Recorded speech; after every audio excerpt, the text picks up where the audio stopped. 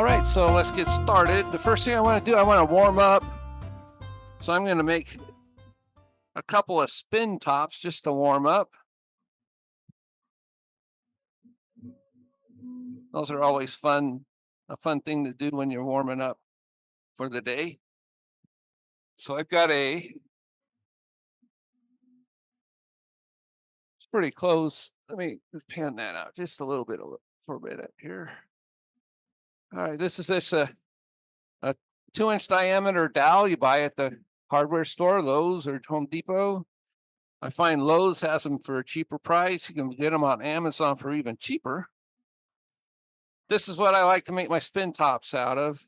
You can get a whole like 4-foot, 48-inch length for like $10. And I can get a lot of tops out of that. So let me grab me my small roughing gouge first. I want to make sure everything is all trued up. Sometimes there's a little bit of a wobble in them. You get them as close as you can, but even your eye can't pick up the subtleties of a small. Yeah, you can see it wobbling just a little bit there now. So I just turn it up a little bit. I'm not using a tailstock. It's not really needed for this. It's not really any heavy cuts I'll be doing. So I start my cut inside the wood. I never come in from the edge because you can catch that corner and throw your piece out of your chuck. So you always want to start on the inside and work your way towards the end.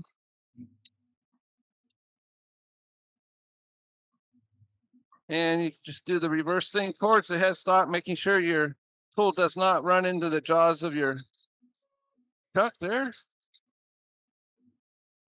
Doesn't need to be super smooth. It can have a few tool marks because it's going to turn all those away here.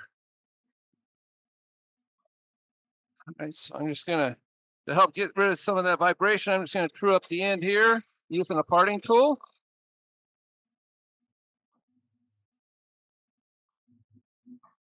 And I'm going to switch cameras. We got that view there. So I'm going to grab me a spindle gouge.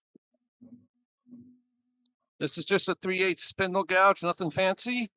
I'm going to turn my tool rest around to get the right angle. Oh, first I need to make the handle. I make these kind of opposite of a lot of people. A lot of people, they turn the bottom point on the end and then they make the handle inside. I do the opposite. I make the handle out here and then turn the inside or the point. It allows me to put some texturing tools on the upper part and decorate it and things. So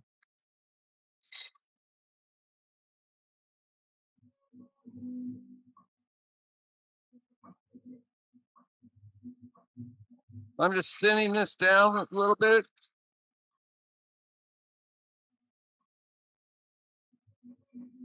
Now I'm going to grab me my parting tool and take that a little bit further down.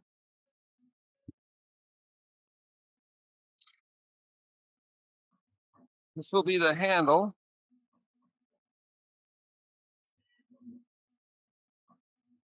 Leave it a little bit thick at first, and then you can adjust it with the spindle gouge.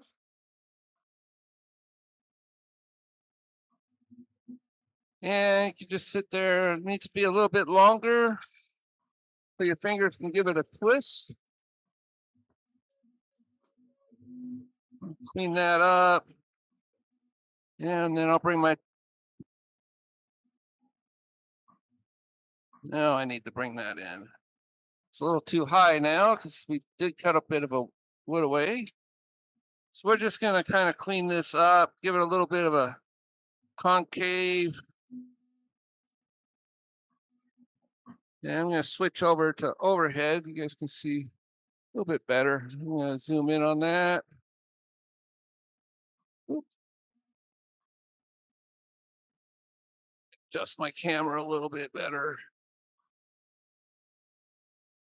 Looks like somebody else just came in the room. That's good. There we go. Oh, come on, camera. Adjust. Pop that loose. All right, so we can probably see that. Yep. So I'm just creating a concave on the handle here.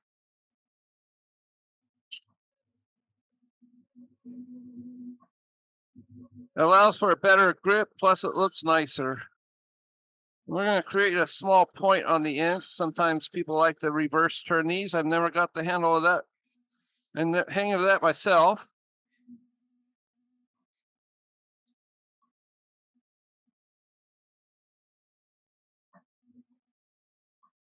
And then we're going to come in. We're not going to leave that flat. We're going to create like a, just like a crown almost, like a little dome shape on the top. And we're going to clean that up. And we're just going to put a little bit of detail right at the bottom of the handle there. I grab me my smaller detail gouge, just to be able to get in there. Just going to create a little bit of a detail right here.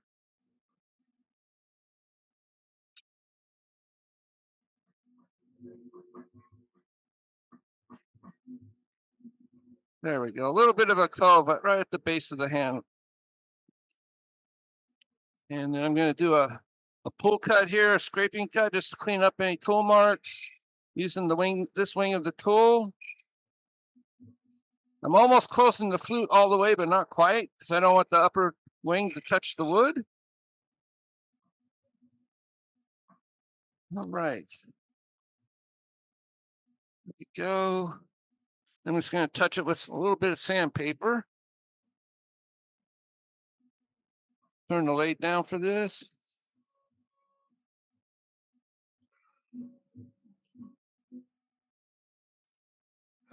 And these are also nice for Christmas. So we got like grandkids or little kids or something, nephews, nieces, even adults love these things. When I do my craft shows, I sell more of these to the adults than I do for kids. So it's kind of crazy. All right, so now we want to do some decorating on the top. I'm going to turn my tool rest around here and bring it up some. So I'm going to grab me where's my chatter tool? Use my chatter tool today. This leaves a nice design. It don't really only works on end grain, which this will be. And when you need to raise the tool rest a bit higher than above center, because you want to attack it on a downward slope. It gives a better detail that way. You want to make sure your tool rest is also far enough back where you're not hitting this part on your tool rest. So I can bring it up just a little bit closer. And you might hear this screech on the mic. I'm not sure, but if it's screeching, that means it's working. So you want to do it at a high speed. Gives a much nicer design. So here we go.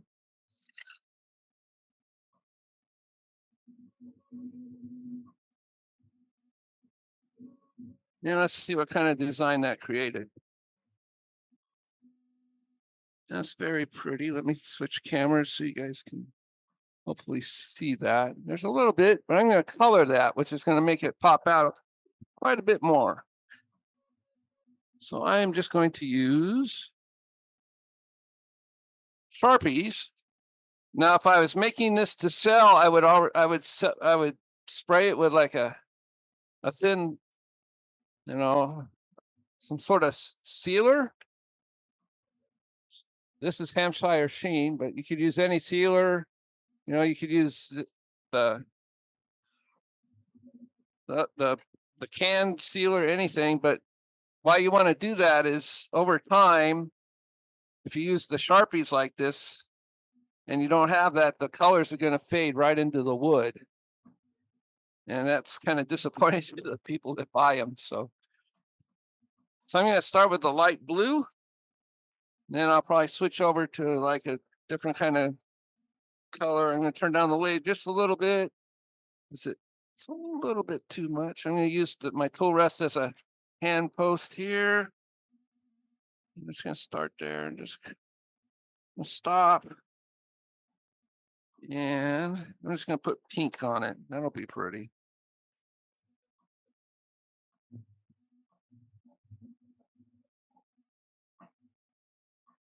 And then there's solid wood right there. And then I'm going to come in and solid that up. There we go.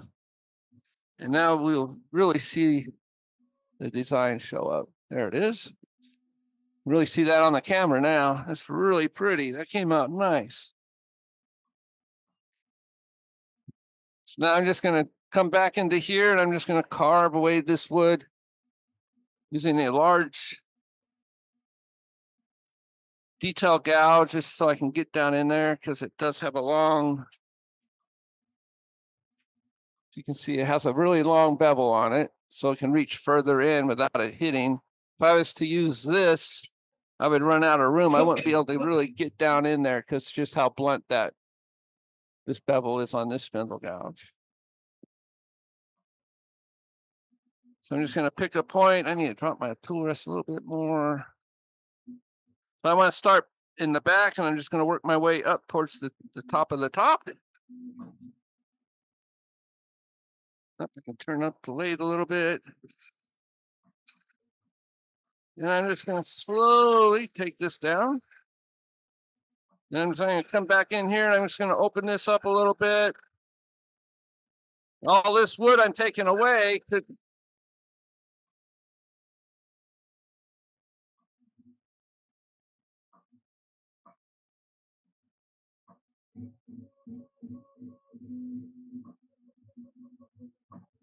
I'm going to take some more of this down. So this does get in the way of the cutting. I'm not going to take it all the way down though. All this wood can become a handle for another top.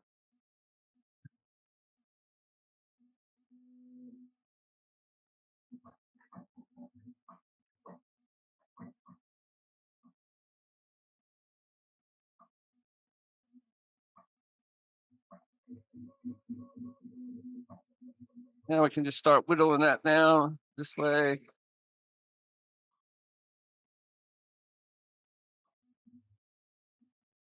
And now we're just going to work our way, very small little cuts.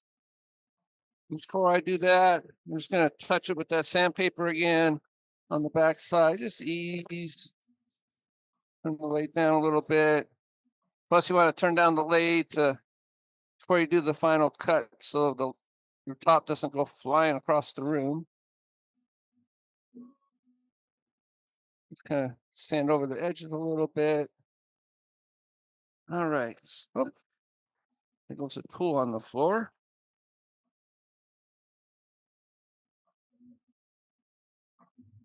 So we're just going to do gentle cuts. Here we go. It's going to pop off here.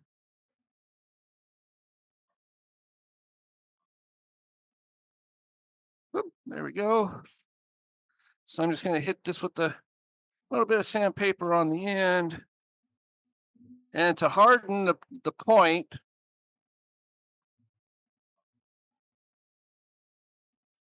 I like to, let's do the overhead. I like to take the point and just rub it on the bedways. This hardens that because you don't, and it takes away any like feathering or anything that might be on the bottom. I don't know. Let's see if I got something handy to spin this thing on. In fact, I do. Pull out one of my old platters here. I'm gonna zoom this out.